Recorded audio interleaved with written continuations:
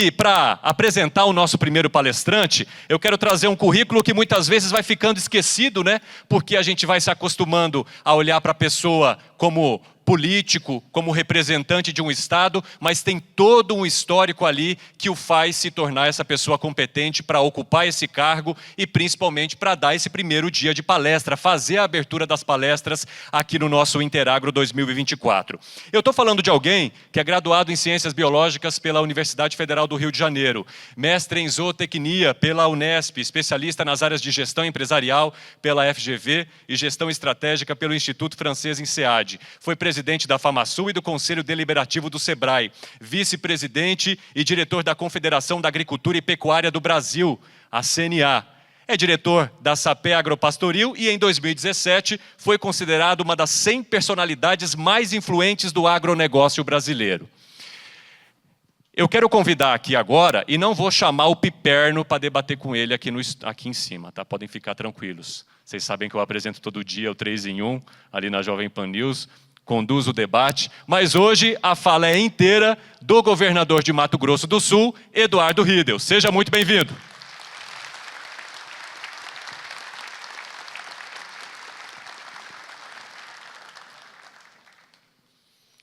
Prazer, governador.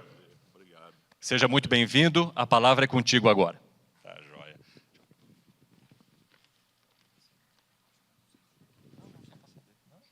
Tá bom. O senhor vai usar o passador? Passa, volta. Aqui é o laser. Passa e volta. Fica, Não, aqui passa. Aqui, segura aqui é o laser. Aqui Volta e aqui passa.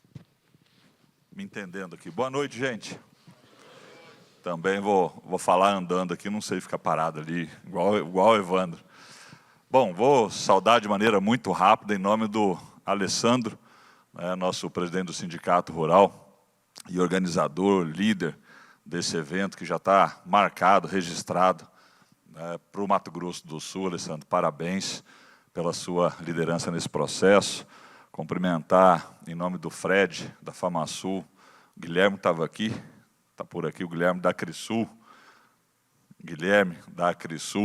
o Fred da FamaSul, saudar todas as instituições aqui presentes, as instituições representativas de segmento de cadeia produtiva, está aqui suíno, Pantanal, novilho precoce, cana, Biosul está presente também aqui, nossas cooperativas, Celso, aqui presente conosco, enfim, todas as instituições, a ProSoja, Jorge, que segmentaram a defesa das cadeias produtivas, isso é muito importante.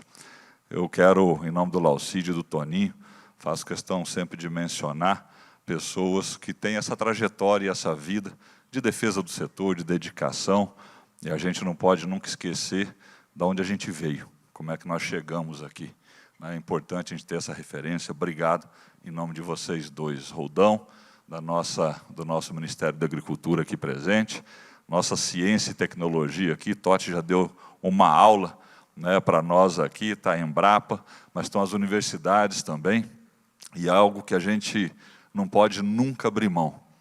É interessante, foi mencionado aqui, eu cheguei do Paraguai agora, discutindo a rota bioceânica, e você vê, passou um filme na minha cabeça, porque em Loma Plata, que é lá no coração do Chaco, a gente vê, Sônia, terra de 1.500, 2.000 dólares, produtividade de 45, 50 sacos, sem adubo. Você sabe o que eles mais pedem lá?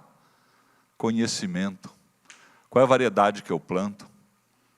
O que eu faço agora na escassez, Jorge? Como é que eu lido com isso? Logística, como é que eu tiro esse produto daqui?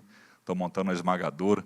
Então, passa um filme que você vê 30 anos atrás, o que foi esse Brasil, o que foi esse Mato Grosso do Sul, e o que é hoje.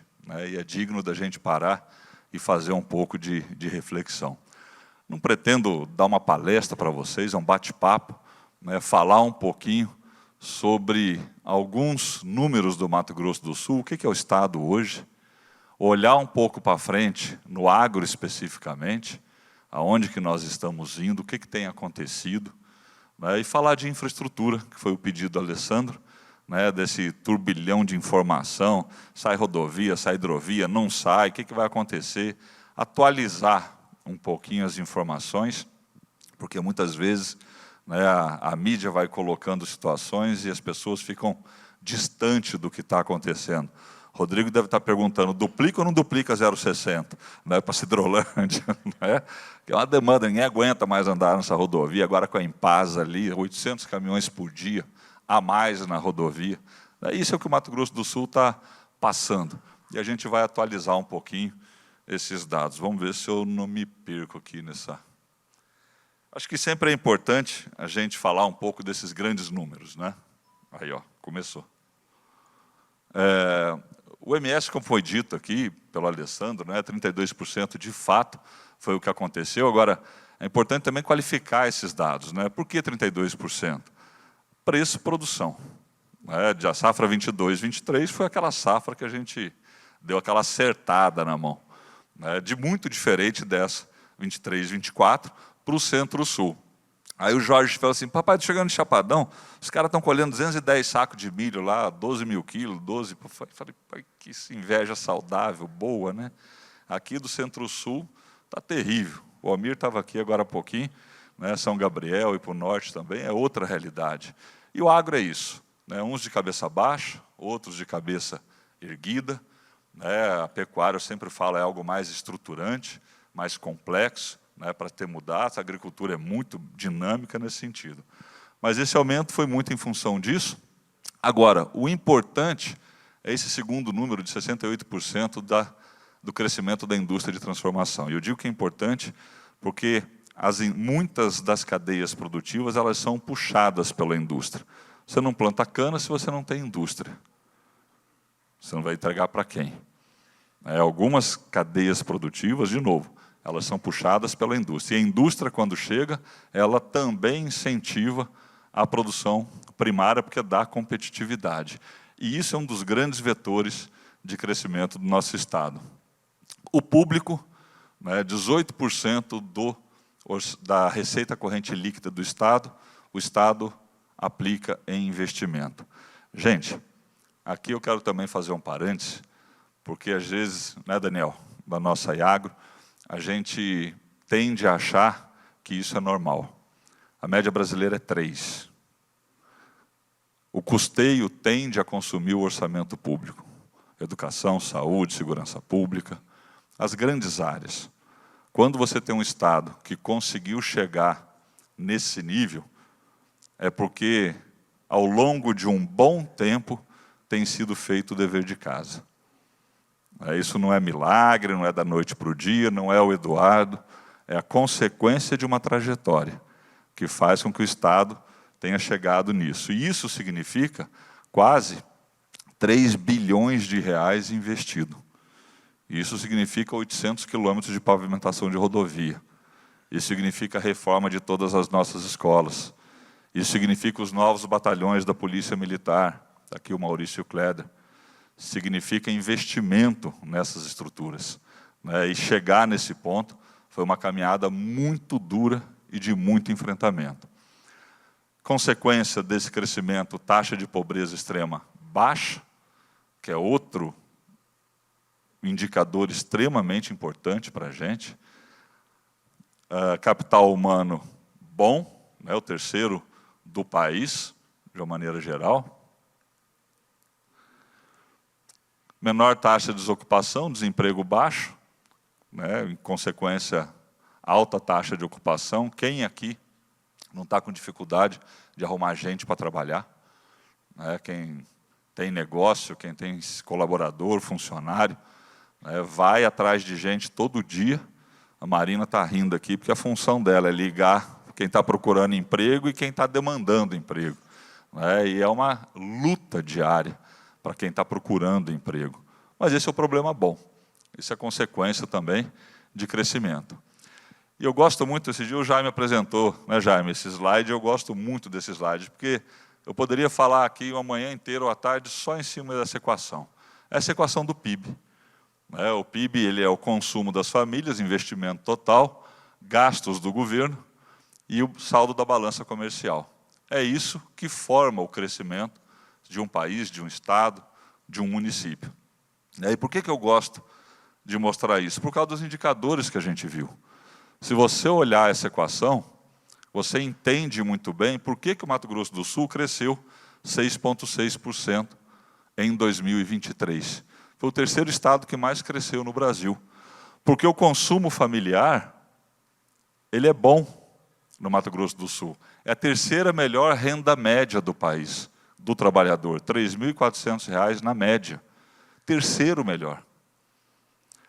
O investimento total, ele é muito bom. A gente criou um ambiente de negócio para atrair esses 109 bilhões desde 2015, só agora, em 24, 33 bi. Né? E isso é injeção de recursos na veia da economia do Estado. Os gastos governamentais, como eu falei, né, 18%, 3 bi se soma a tudo isso, e o saldo da balança comercial. Então, esse momento que a gente percebe, né, no baixo desemprego, na dificuldade de mão de obra, no crescimento do Estado, ele é um pouco da tradução dessa equação e de todos esses indicadores. E para 24, 5,82 é a previsão, já contabilizada a quebra da safra. Mas por quê? A safra tem pouca influência na economia do Estado? Não. É porque está havendo uma industrialização muito forte, foi heterogêneo, não foi no Estado inteiro. Você tem situações e regiões onde a safra não foi tão ruim. Claro que o preço ele impacta, porque tira do produtor renda para mais investimento ou para custeio, é uma realidade que está acontecendo. Então, de fato, o ano é ruim para a agricultura de grãos. Melhorou para a cana, que foi ano passado um ano ruim. Esse ano está bem melhor, inverteu um pouquinho essa lógica. E a pecuária de corte, com a sua complexidade estrutural, vem tendo dificuldade pela incapacidade de investimento do produtor e pelas altas taxas de juros. Fica muito difícil você ter confiança em investir num ambiente de juro alto, e numa condição onde você não tem prazo longo, previsibilidade de preço, custo alto. Então é mais complexo um pouco.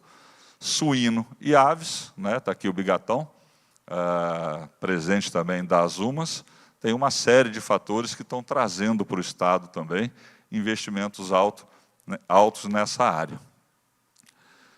E esse é um pouquinho do que está acontecendo nesse ano, e do ano passado para cá já somam aí 50 bilhões de investimento do setor privado, e aqui a gente poderia citar o tipo de investimento de cada uma dessas empresas. Aonde que está, o que está fazendo, qual é o perfil. Ali em Pasa, vocês estão vendo aqui em Sidrolândia, mas já está operando em Dourados. Neomília tivemos anteontem, ali entre Itaporã e Maracaju, 600 mil toneladas de milho sendo transformadas em DDG e etanol. E agora o Luciano, proprietário, presidente do conselho, já nos falou, vamos pagar um pouquinho a conta dessa aqui, mas nós vamos para a duplicação dessa unidade, que está lá. Então, a gente começa a perceber o resultado desses investimentos na prática. Etanol de segunda geração raiz, o setor de bioenergia é muito dinâmico, a gente vai falar um pouquinho dele. As proteínas animais também crescendo, o BRF com perspectiva de crescimento, a JBS, a JIF, seja em suíno, seja em frango, seja em bovino, com participação muito forte também, as de grãos de uma maneira geral, enfim, cada uma com a sua estratégia e com as suas ações, mas que estão gerando esses números aí no Estado inteiro. E se a gente olhar nessa perspectiva de 10 anos para cá, eu gosto muito desse slide, porque ele mostra claramente, um pouquinho mais de 10 anos, 12 anos, esse aumento de produção como um todo, sai de 1,7 milhão de toneladas de soja para de hectares de soja para 4 milhões de hectares de soja nesse período. Esse aqui é o SIGA, Fred, que a FamaSul conduz com os parceiros e com o apoio do Estado, programa do governo do Estado hoje com a Federação, que a gente monitora todas as áreas de produção. Então, olha o que aconteceu com soja, como aqui é monitoramento de verão, a safrinha você tem uns 70% dessa área laranja com amarelo, que é milho, ocupado pela segunda safra de milho. E aí vê claramente o centro-sul do estado, ali região de São Gabriel, Chapadão, Costa Rica, Sonora lá em cima, são os polos de produção. O crescimento da cana-de-açúcar, né, que a gente vê claramente também, principalmente no Centro-Sul, mas lá no Norte também, na região de Chapadão, Costa Rica, né, e floresta plantada, eucalipto, praticamente, que a gente vê também um crescimento muito expressivo nesse período aí de 12 anos. Então, a agropecuária sul-mato-grossense ela vem se intensificando. E esse é o quadro nominal, em número de áreas, né, que o Beretta sempre enfatiza muito, essa mudança de perfil de uso de solo. Sai de 21 milhões de hectares de pastagem para 17 milhões. 4 milhões e 200 mil hectares a menos de pastagem no estado. Diminuiu o rebanho? Um pouco. Diminuiu produção? Não. Aumentou a produtividade. Grãos, a gente já falou, né, de 1 milhão e 800 mil hectares para 4 milhões. Florestas plantadas, esse número já está defasado.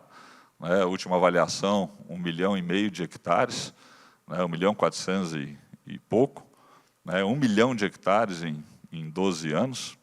Cana-de-açúcar, também de 600 para 850.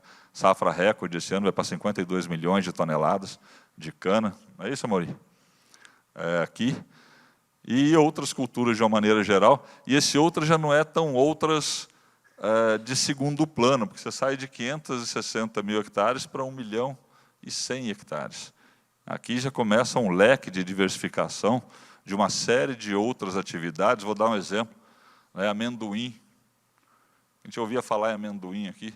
Ali entrou em Bataguaçu, Tacaçu, Cooperativa. Olha lá, você já ouviu falar. Eu conheci amendoim lá no interior de São Paulo, quando estudei em Jabuticabal, né, na rotação com cana, mas aqui no estado, é um baita de uma cultura, valor agregado alto, tecnologia aplicada, está aqui entrando do leste para o oeste no estado. Então, quando a gente conversa de sustentabilidade no estado, e a gente olha o crescimento e esse mapa de áreas, a gente tem muito o que falar. Porque o nosso crescimento foi em cima de pastagem, especialmente nas áreas mais fracas, nas áreas de menor produtividade. E aqui nós vamos falar um pouquinho da pecuária no final da nossa fala.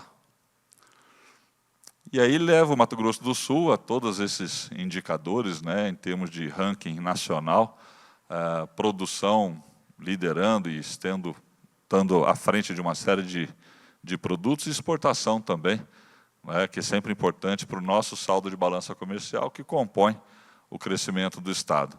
Esse é o valor bruto da produção, é um pouco de como se forma a renda na atividade agropecuária do estado, 72% é agricultura, 28% pecuária.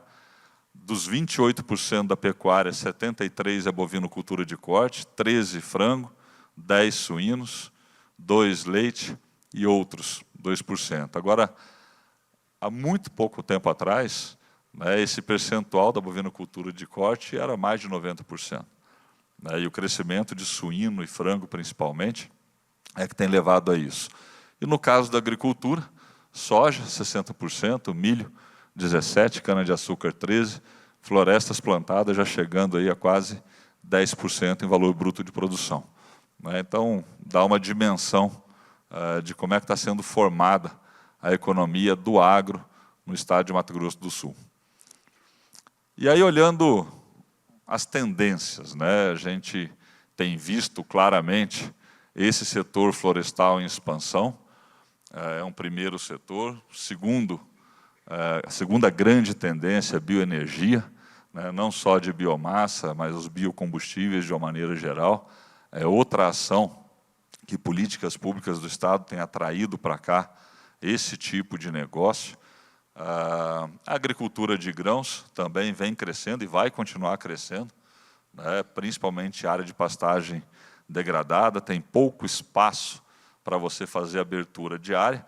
E essa é uma discussão também que a gente tem travado no governo federal, né, porque tem se falado que o Brasil tem que atingir desmatamento zero. Desmatamento zero ilegal. Nós não podemos abrir mão do que foi conquistado no Código Florestal. Então, O que é legal, é legal. Se quiser mudar isso, tem que mudar no Congresso Nacional, não no Executivo. Né? Nós vamos respeitar a lei e o Código Florestal. Se tiver licença para desmatar, porque o CAR mostra que a propriedade tem espaço para isso, está autorizado.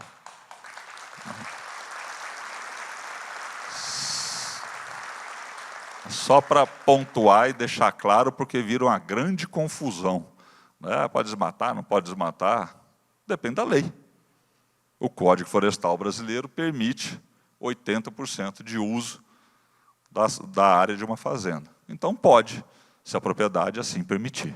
Né? Para deixar claro uma posição, e isso não é demérito nenhum à questão ambiental. Acho que a gente tem que começar a pontuar as coisas, e nós, todos nós, vocês, lideranças do setor, tem que se apropriar do discurso ambiental. Não vamos ficar com receio dele. Vamos tomar ele. Jorge, a gente tem feito isso, vocês têm feito isso, né, como orientação central, porque ele nos pertence. E o que o Brasil conquistou até hoje é algo importante. Né, o que o Totti falou aqui, do balanço da pecuária de corte, nós tomamos marretada na cabeça até muito pouco tempo atrás, né, com baixa capacidade de reação, parecia que a gente estava na corda, quando a gente tinha muito o que falar. Tudo o que falar da pecuária tropical. Mas vamos falar um pouquinho disso também. Fronteira de produção, citricultura, né, o desastre de alguns, às vezes a oportunidade de outros. São Paulo sofrendo muito com greening. Greening é uma doença difícil de ser combatida, até hoje não tem como você tirar o greening de uma plantação, a não ser eliminando as árvores, né, e num sistema de produção onde cada unidade, uma árvore é uma unidade de produção. Se você tem um nível de contaminação alto e você tira aquelas árvores, você compromete profundamente o resultado daquele produtor e acaba com o pomar. E isso não tem mais espaço em São Paulo para novos empreendimentos com risco de uma plantação que custa R$100 mil por hectare, irrigado, que você sabe que vai ser acometido pela doença e que vai prejudicar a produtividade ao longo de um ciclo de 28 anos. Né? Depois que você planta, 3 para produzir, mais 25 de vida útil. Como é que você encara, né, uma situação dessa? Se eu sou investidor, eu penso 2 vezes. E é o que está acontecendo em São Paulo. Nós vamos para onde? Minas ou Mato Grosso do Sul? Aí entra a política pública de novo. Jaime reuniu com a turma da Iagro, legislação sanitária. Né, e tolerância zero com greening. Aqui eu vou dar boas e más notícias também. Tolerância zero com greening. O que é isso? É por aí. Tolerância zero. O que é isso? Se a gente quer uma atividade de citricultura no estado, qualquer árvore acometida pela doença vai ser eliminada. Ponto 1. Ponto 2. As culturas que são multiplicadoras do vetor do greening vão ser eliminadas. Aí eu roubei uma confusão em casa. Porque a fazenda, Locírio, daquelas antigas, minha mãe está fazendo 80 anos agora, e ela, garota ainda, fez todo o paisagismo e plantou um monte de murta nas cercas, na piscina. Vou ter que tirar tudo. Porque a murta é uma planta multiplicadora de greening. E aí tem 6 mil hectares sendo plantados ali em Cidrolândia de laranja da Cutrale. E eles falam assim, vai ter isso na legislação ou não? Porque senão a gente não vem. 3 bi de investimento aqui no estado que tem já de laranja. 12 mil empregos. Vamos ficar sem a murta? Né? O Jaime está fazendo um programa que troca a murta por alguma outra espécie bonita, tal. Você se vira aí, Jaime. Mas vamos ficar sem a murta. Minha mãe não entendeu. Não aceita de jeito nenhum. E a laranja azeda para o tempero da linguiça de Maracaju? E aí? Você está rindo, né? Está achando graça, Marcelo? Porque não é você que está na minha pele, né? Chega em Maracaju e fala da laranja, Toninho. Como é que faz? Tem que arrumar um jeito, aí, um cavalo, um trem diferente aí para temperar a linguiça. Eu tenho 2 pés de laranja lá em casa, da azeda, aquela da minha bisavó ainda. Está lá os pés de laranja azeda. Vamos ver o que a gente faz com isso aí. Vamos para frente. Não vou deixar a Iagra entrar em casa, viu, Daniel, com essas laranjas azedas. Proteínas animais. A gente, como a gente tem falado, suíno e aves têm puxado essa fila. Eu falo de leite, eu olho para o Ronda aqui. Leite é outro desafio, mais complexo ainda que a pecuária de corte, muito mais. Aqui no estado, muito mais complexo. Mais proteínas animais é uma tendência. A gente brinca, mas suíno e aves são carnes que têm aumentado o consumo no mundo inteiro, na Ásia especialmente, e a gente se posicionando nisso, eu não tenho dúvida que a gente tem avançado muito, porque os modelos de produtividade eles são muito grandes. Estou vendo o Alessandro aqui também, matrizeiro de suíno, uma tecnologia de ponta, uma atividade belíssima, segmentada, entre produção, recria, terminação, e que tem dado aí show em termos de resultado. A ave não fica diferente. Então, 2 atividades que vão crescer muito ainda aqui no estado. O setor florestal, a gente falou um pouquinho dele, com alguns indicadores do que tem acontecido, mas eu quero chamar a atenção, 1,5 milhão de hectares, com todos esses números aí, na indústria já ocupa 18% do PIB industrial do estado, as papeleiras que já estão aí, 15 mil empregos diretos, 12 indiretos, praticamente 1,5 milhão de hectares, mas eu quero chamar a atenção do que está por acontecer. Nós temos ali a Suzano lá em Três Lagoas, nós temos a Eldorado também, em Três Lagoas subindo, nós temos a Suzano já funcionando, apertando o botão agora em julho, aqui em Ribas. Isso forma, se eu não me engano, 7 milhões de toneladas de celulose, essas 3 unidades industriais. Só o que está por acontecer no curto prazo, e o tempo de maturação de uma indústria dessa de 2 anos e meio, 3 anos, esse volume vai dobrar. Então, esse 1,5 milhão de hectares vai para 2 milhões e 200, 300, porque tem muita floresta que já é para esse crescimento industrial.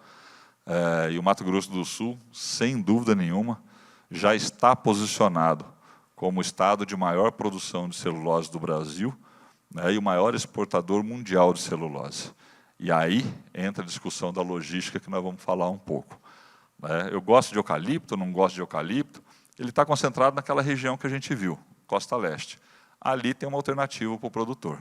Intensificar a pecuária, não ficar mais com a fazenda, atividade de longo prazo, arrendar ou conduzir a atividade, é de cada um, a decisão individual, mas é uma alternativa. E chegando a laranja, que vai se posicionar de Sidrolândia, Campo Grande, meio norte, para leste. Importante dizer isso também, que é o caminho para as indústrias, até as indústrias chegarem. E quando chegar, vão chegar nesse meio também. Então, essa atividade florestal é uma atividade que, nos próximos anos, ela vai crescer muito. E é importante também ter uma dimensão do que ela causa nos municípios do estado. Quem anda muito no estado e conhece, vai ali para Ribas, Inocência, Cacilândia, Chapadão, Costa Rica, Paraíso das Águas, fala, mas está meio longe. Não.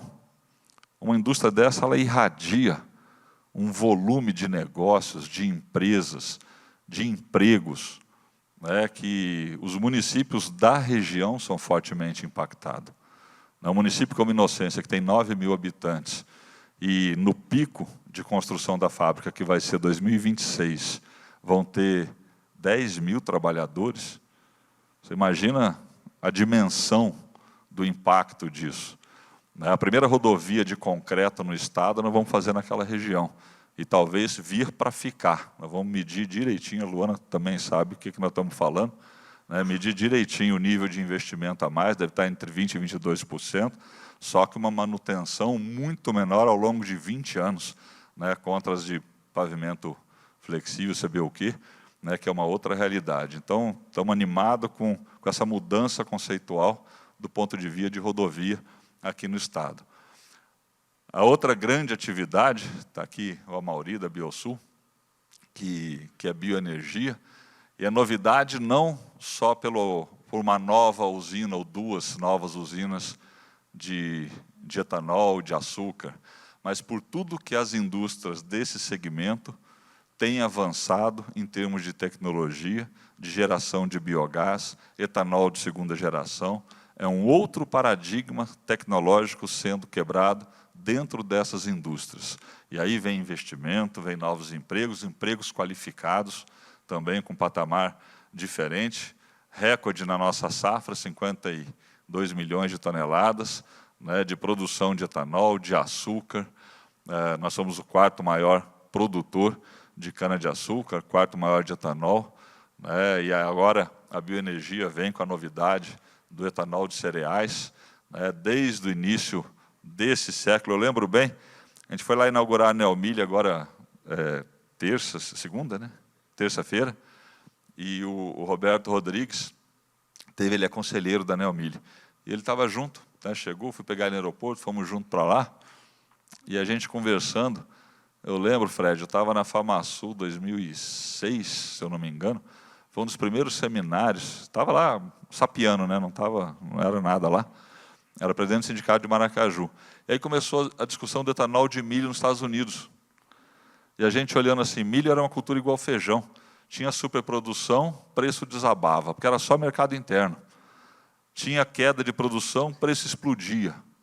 A partir do momento que o milho regulou a produção de etanol no mercado americano e global, 1/3 de uma safra de 300 e tantos milhões de toneladas vai para o etanol, o milho brasileiro ganhou tração em preço. No geral, aliás, o milho do mundo inteiro. Né? E nós crescemos em tecnologia e viabilizou a safrinha de maneira muito mais presente e virou uma safra de milho, e com alta tecnologia. E quem diria, naquela época que a gente falava, é impossível etanol de milho aqui, porque ninguém compete com de cana. Não é isso, Amori? Faz a conta por hectare e vê. Hoje, está muito mais interessante uma planta de etanol de milho, não tem a logística da agrícola da cana, né, o nível de mobilização de recursos, de capital. Então, é uma realidade que está vindo para fazer uma transformação grande, né, e 25%, se eu não me engano, do etanol daqui já é de milho. É uma mudança estrutural importante pela qual nós estamos passando. Olha a oportunidade, né, também de mercado. Esse é um pouquinho o desenho das usinas que estão no estado de Mato Grosso do Sul, né, 4 projetos aí em andamento, a usina Cedra, Coruripe, a Empasa, e aí estamos falando já de usina de energia, independente de ser milho ou cana-de-açúcar, né, e a Agroterenas ali em Anaurilândia, abaixo de Nova Andradina. Né, projetos que estão sendo estruturados ao longo aí dessa região, e os que já estão consolidados, né, todos eles. O setor é um setor dinâmico também, passou por mudanças, por fusões, por aquisições, né, como vocês podem ver o nome das empresas. E aí um pouquinho também desse potencial de expansão. De novo a nossa Embrapa, Totti, aí, esse trabalho é da Embrapa, de 23 agora. Né, Embrapa Solos, junto com a Embrapa Agricultura, vocês aqui, Dourados. Né. O Mato Grosso do Sul, ele tem um potencial de crescer em agricultura, sobre áreas degradadas, 4,3 milhões de hectares. Isso é duplicar a nossa área de produção. Zero desmatamento. Zero desmatamento. Aqueles 17 milhões de pasto vira 13. É isso? Sem contar os 700 mil que vão virar floresta plantada e mais uns 100 mil de laranja, se for bem, nos próximos 10 anos. É só para formar um panorama aí do que está acontecendo, né, do que vai acontecer. Aí eu pergunto para a gente lembrar e olhar dessas fronteiras. Como é que é a área de pastagem e produção da pecuária de corte no Paraná? São Paulo. Será que nós não estamos sofrendo uma pressão sobre as culturas de maior valor agregado, sobre área? Só para a gente refletir. Citricultura a gente falou um pouquinho, né, e a turma está muito animada. Vamos anunciar mais dois projetos aí nesse mês de julho, provavelmente, de novos empreendimentos, além do que já foi falado ali da Cutralha em Sidrolândia, né, mas vai sair aqui na região de Ribas, Água Clara, um outro grande, Três Lagoas já foi anunciado, um grande também, na ordem de 7.000 hectares, 8.000 hectares de laranja. Né, isso para laranja é outra relação diária. Né, cada hectare de laranja, você tem aí meio trabalhador, 1.000 hectares de laranja, você tem 500 trabalhadores. Não estamos falando de... É completamente diferente a relação de trabalho, de investimento, da atividade como um todo. Tem seus prós e seus contras também. A gente falou, né, a grande motivação ela é fitossanitária, da vinda do greening para cá, e econômica, né, o valor da área. E eles já aprenderam a produzir aqui, o que se falava lá atrás, no Mato Grosso do Sul não dá laranja por algum motivo. Vão se criando esses mitos. Né? Fundecitrus está junto, importantíssima, de novo, ciência, tecnologia presente, senão a gente não sabe nem como começar essa atividade. Ela está participando desse processo junto, e vamos fazer um dia de campo lá em Sidrolândia, né, um grande evento sobre a laranja, no segundo semestre, agora reunir todo mundo que produz aqui no Estado, pesquisadores, toda a discussão tributária que nós estamos fazendo em cima vai ter que ser readequada, né, para esse novo momento que a gente está vivendo aqui também. Então, nós estamos falando aí de solicitação de plantio já de 15.000 hectares, né, e previsão de ampliação de mais 20 nos próximos 3 anos. Está acontecendo e está acontecendo rápido. E aqui é algo que praticamente só o Mato Grosso do Sul tem uma diversidade de programas de incentivo à produção rural, né, como esse. Praticamente as culturas, né, que foram iniciadas, elas têm, todas elas, algum nível de incentivo por parte do Estado. Né, como foi falado aqui também em relação ao Pantanal e outros. Um instrumento importante de financiar, né, o FCO, ele é bem pouco perto da demanda do produtor, é o que tem, né, a juro um pouco mais competitivo. E essa é outra questão que a gente tem que pensar. Né, a gente não explode ainda mais na produção por conta de juro caro. Né, 10 mais 10 hoje foi reafirmado hoje pelo Copom, 10,25 mais o que a gente tem de spread bancário e taxas, e aqui estão os agentes financeiros todos, não são eles, é a estrutura financeira do Brasil, né, gera praticamente a inviabilidade de grandes investimentos de longo prazo.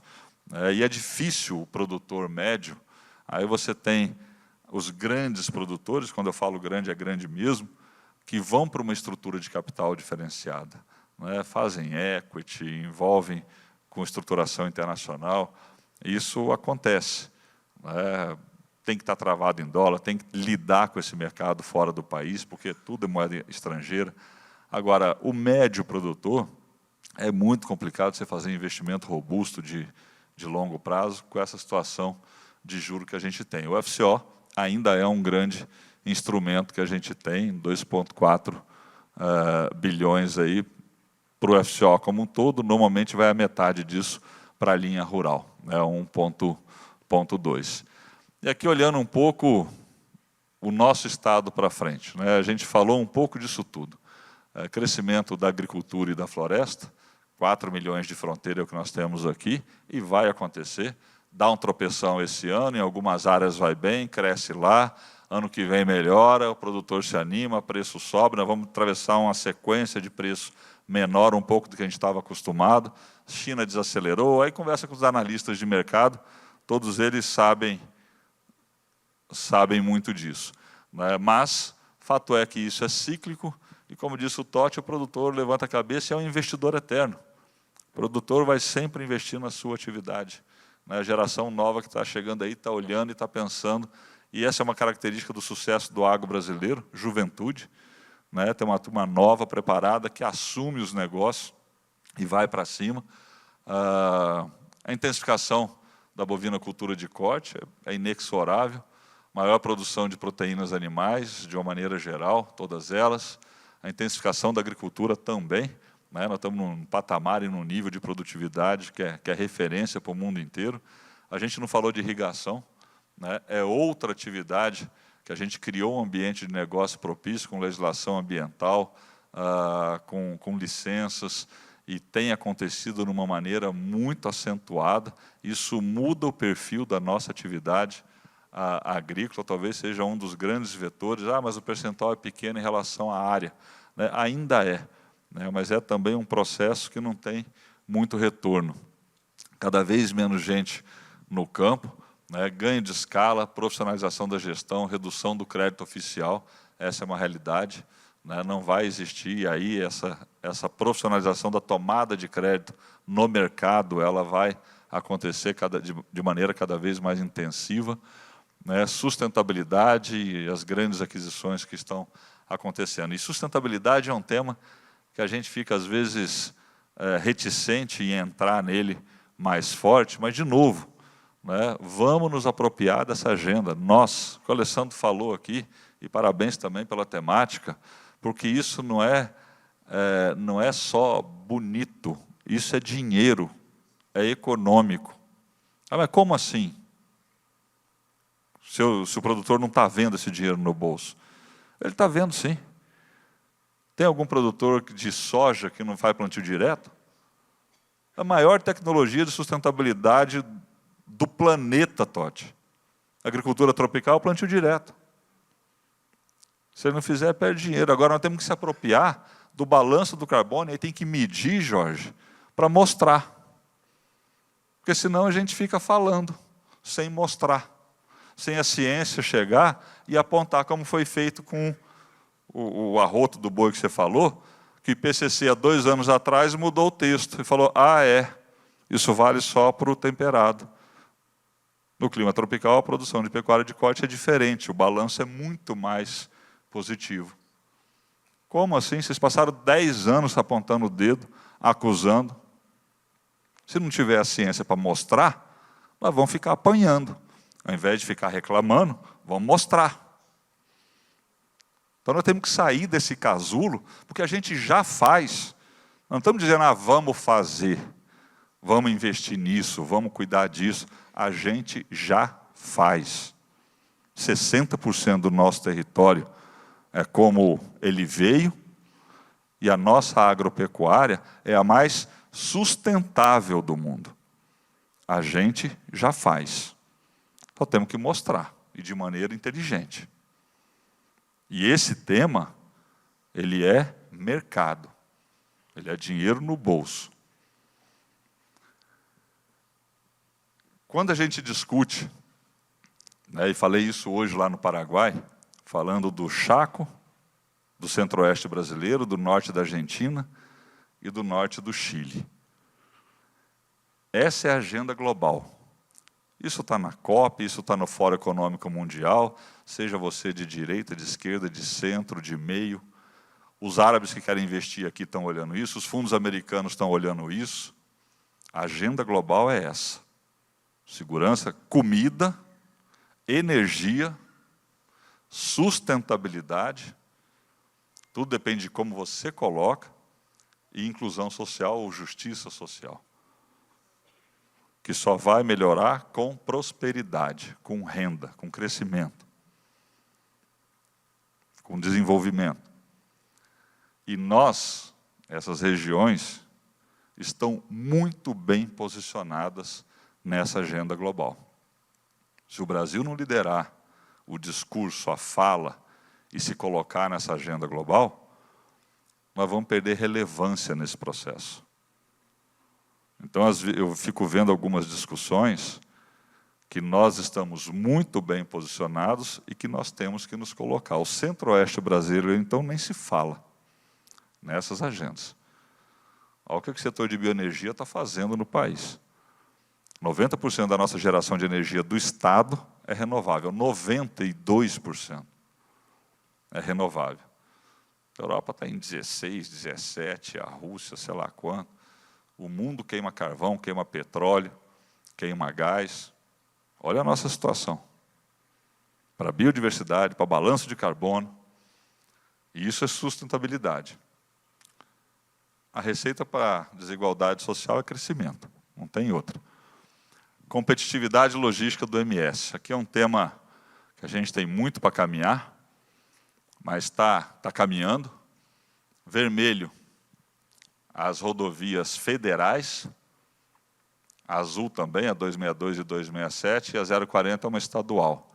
E a verde lá em cima tem uma federal, 2 estaduais. A verde foi concessionada. A azul vai a leilão no segundo semestre desse ano. 5,7 bi de CAPEX para um investimento que é parte de duplicação, parte de terceira faixa, serviço, e pega um bloco só, Campo Grande a Três Lagoas, Nova Alvorada, Bataguaçu pela estadual até Campo Grande. São 870 quilômetros de rodovia completamente reformulada. Terminamos esse estudo, estamos entrando no estudo da 060, né, que pega Campo Grande. E veja bem, nós estamos fazendo estudo de rodovia federal. Tá? Porque aí chamo o ministro Renan e falo, ministro Renan, a 262 e a 267 entrega para o Estado. Eu falava muito isso. Entrega para o Estado que a gente faz. Ele falou, beleza. Ele me deu carta branca para fazer o estudo há 1 ano e 3 meses. Terminou agora, vai abrir audiência pública, todo mundo vai opinar, dizer, fazer, acontecer, vai para o mercado, né, e ele tem que autorizar lá, para que a gente vá a leilão com essa concessão. A 163, lá de Mundo Novo até Sonora, aquele desastre daquela concessão lá de trás, né, da CCR, que o TCU até julho agora julga para poder retomar, não uma nova licitação, mas a repactuação com a empresa. O modelo, e aí não é a empresa, é o modelo. O modelo feito lá atrás foi um desastre. Vamos falar um português claro, até porque não existia uma visão do capital privado investindo em infraestrutura. E aí nós vamos discutir aqui, né, algumas dessas federais, a gente podendo continuar a concessão, e junto com outras estaduais, porque você sempre tem que fazer o estudo e olhar o bloco, não interessa se é federal ou estadual, tem que olhar a viabilidade do projeto como um todo. Nas estaduais, a gente tem 7.400 quilômetros de MS não pavimentadas ainda, tem quase 5.000 quilômetros pavimentada, está em pavimentação nesse momento 600 quilômetros, nós estamos lançando no segundo semestre agora, licitação de mais 570 quilômetros de rodovias a serem pavimentadas, são 1.200 que vão estar em obra em pavimentação. E o que der de capacidade de investimento, nós vamos fazendo, né, dentro da prioridade técnica de cada área. Tem uma pressão muito grande ali em cima, da 316, da 377 repactuação, 320, que é o foco de crescimento dessas indústrias de madeira. Aqui na área oeste da Bioceânica também, o Fred falou da 345, que é para Bonito, né, mas a 382, subindo para a Baía das Garças, está avançando também, ela vai passar o postinho da Iagro lá, né, descendo para o Pantanal, enfim, uma série de rodovias aí, via prioridade e o que o orçamento permitir, nós vamos investindo. Né, a hidrovia nós vamos falar dela, porque está tendo um investimento muito grande também, e olhando para uma possível concessão da hidrovia, e ferrovia, que é uma outra ação importantíssima para o Estado. O que está em verde ali, de Aparecido Taboado para Santos, é a malha paulista, está operacional, foi aquela antecipação de outorga que a Rumo fez com o governo federal, né, e pegou a concessão por mais 30 anos, de Rondonópolis até Aparecida Norte, né, operacional também, emenda com a malha paulista. E esse trecho amarelo de Mairim, Três Lagoas, aí tem um vermelho ali que eu já explico, Campo Grande, Corumbá e descendo aqui, Cidrolândia, Maracaju, Ponta Porã, é antiga, é atual Malha Oeste, antiga noroeste do Brasil, né, que não está operacional. Ela tem mais uns 4 anos, se eu não me engano, de concessão para a Rumo, mas estamos trabalhando na mudança, né, desse modelo todo para viabilizar o trecho que está em vermelho, que é Campo Grande até Três Lagoas, aquele trechinho de Corumbá por causa da mineração, até Porto Esperança, e 2 novos trechos de construção, que são os tracejados, Três Lagoas Aparecida e o sítio da Arauco até Inocência. Esses 2 trechos estão com licença ambiental emitida, projeto feito, vai ser construído pelo privado. As empresas naquele trecho de Três Lagoas Aparecida está tendo uma disputa entre as empresas. Cada uma está querendo começar uma paralela à outra. Falei, calma, gente, isso não existe em lugar nenhum do mundo, né? Vamos se entender, mas eles vão se entender, mas vai ser construído. É 1 bi de investimento de Três Lagoas Aparecida. E do sítio da Arauco até a Inocência, a própria Arauco vai fazer também 47 quilômetros. Acho que é isso, né, Jaime? Até pegar a Norte e a Paulista, né? E, fazendo aquela ligação, viabiliza Campo Grande até Três Lagoas, né? E isso está em discussão final de projeto e investimento. Esse é outro volume importante também de investimento. E lá, Corumbá até Porto Esperança, é outro investimento privado para o minério chegar até as barcaças em Porto Esperança e serem carregadas. Tendo feito esse trecho, aí muita gente fala assim, mas que absurdo, a gente tem que ter toda a Malha Oeste revitalizada. 18 bi, não tem viabilidade econômica.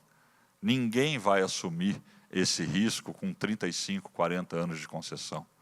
Né? O que acontece ali entre Campo Grande e Três Lagoas, nós estamos dispostos a colocar algum dinheiro de investimento para ir até Campo Grande, porque o projeto original era até Ribas. Mas eu falei, vamos chegar em Campo Grande, porque eu não tenho dúvida que chegando em Campo Grande, você pega a produção de etanol de Sidrolândia, você traz milho de São Gabriel, desce ali, soja, você começa a viabilizar a carga. E se isso acontece, para sair o trecho Campo Grande-Ponta Porã, facilita muito. Então, nós temos que dar uma forçada nesses projetos de viabilidade, é o papel do Estado, é puxar o investimento onde não é viável, para que consiga viabilizar toda a retomada do sistema ferroviário do Estado. A rota vocês já conhecem bem, estava hoje lá no meio do Paraguai, que é Loma Plata, bem no meio ali, né, da rota, e é impressionante de ver como que essa dinâmica tem mexido, né, com o Paraguai, com o Chile, com esse norte da Argentina. A gente às vezes fica meio distante, vai sair a rota, o que vai ser isso, não vai ser isso, mas de fato tem criado uma dinâmica muito interessante, né, de perspectiva, não só de investimentos, mas de logística, de carga. A ponte está bem avançada, indo para 60%, né, de investimento, e só dizendo que é importante falar que na ponte tem aí um investimento de 470 milhões, que é o acesso à ponte com a estrutura aduaneira, um investimento grande. Alto Caracol até Murtinho, a 267, ela está fazendo terceira faixa, está sendo revitalizada, né, um trecho importante também, são mais quase 200 milhões de investimento, 110 quilômetros. E o investimento, estou falando desses investimentos do governo federal, e tem a BR-419, o Fred saiu agora, mas ali de Aquidauana, subindo para o Pantanal, ela é norte-sul também, um investimento grande, que vai até o trevo, que vai lá para Rio Verde, Coxinha, aquela região. Né? E a gente tem feito muito dos investimentos também, né, por parceria público-privada ou concessão. Os projetos viáveis, que custam caro, como aquele que a gente mostrou de 262, 267, 040, né, projetos de parques, hospitais, nós temos atraído o capital privado por concessão. Executamos 10 bi de investimento, que foram aquelas rodovias lá da 112, da 306, né, mais a PPP de Infovia Digital, esgotamento sanitário.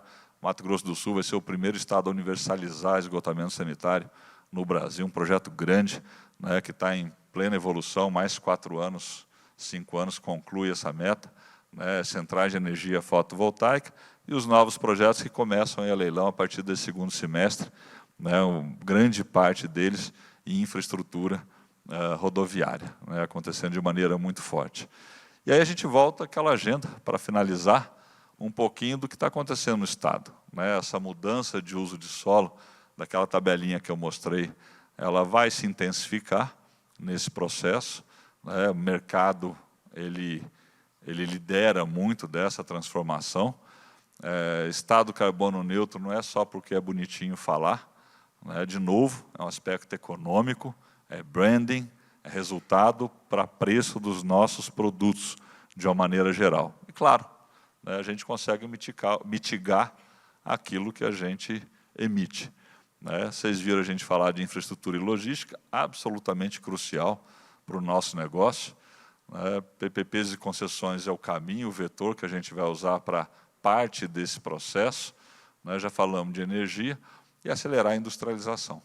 Até porque, mais 6 anos, a gente não tem o artifício do incentivo fiscal. A reforma tributária termina com isso e nós temos que buscar os setores onde nós somos competitivos para estarem aqui, porque nós somos competitivos. A gente só dá incentivo fiscal para a empresa que é competitiva por natureza aqui, porque é essa que vai ficar. Não adianta eu falar que eu vou trazer uma empresa de helicóptero para cá, porque nós não somos competitivos nisso. Não temos rede de ciência e tecnologia para isso, não temos gente formada para isso, não temos capacidade para liderar um projeto desse. Agora, falou em agro de qualquer natureza, Totti, nós temos ciência e tecnologia, nós temos gente, expertise, solo, capacidade de industrialização e logística. E é esse o tipo de empresa que a gente está atraindo para o Estado. Gente, é isso. Deixar o nosso abraço aqui, parabenizar mais uma vez o Alessandro. A gente fica à disposição. Eu acredito muito nesse Estado. Acho que a gente está vivendo um momento difícil, por conta de todas essas situações conjunturais. Mas sempre que, o Totti falou, sempre que a gente dá uma baixada na cabeça, eu lembro de 96 com caminhonaço, de 98 com tratoraço, 2003, 2004, Toninho, crise de oferta e demanda, 9 com câmbio, a marolinha que virou tsunami, câmbio, desastre, aí vira pesa, securitização, ajeita daqui, ajeita dali. Mas só olhar 40 anos para trás, o que aconteceu com todos os setores nos quais nós estamos envolvidos. O que aconteceu com esse Estado? O que aconteceu com a nossa infraestrutura, com a nossa atividade, com a nossa capacidade de investir? Então, a gente está num caminho de evolução. E não é um soluço desse que vai nos tirar desse caminho. Parabéns ao agro. Obrigado, uma boa noite a vocês. Governador Eduardo Riedel, obrigado. Eu peço só que o senhor permaneça aqui no palco. Eu vou convidar o Alessandro Coelho, presidente do Sindicato Rural, para te entregar alguns presentes, Alessandro? Que foram reservados.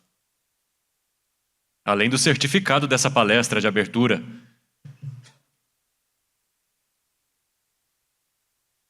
Pode posar para foto já. Essa dá para aproveitar, hein? Uma salva de palmas, então, para o governador Eduardo Riedel.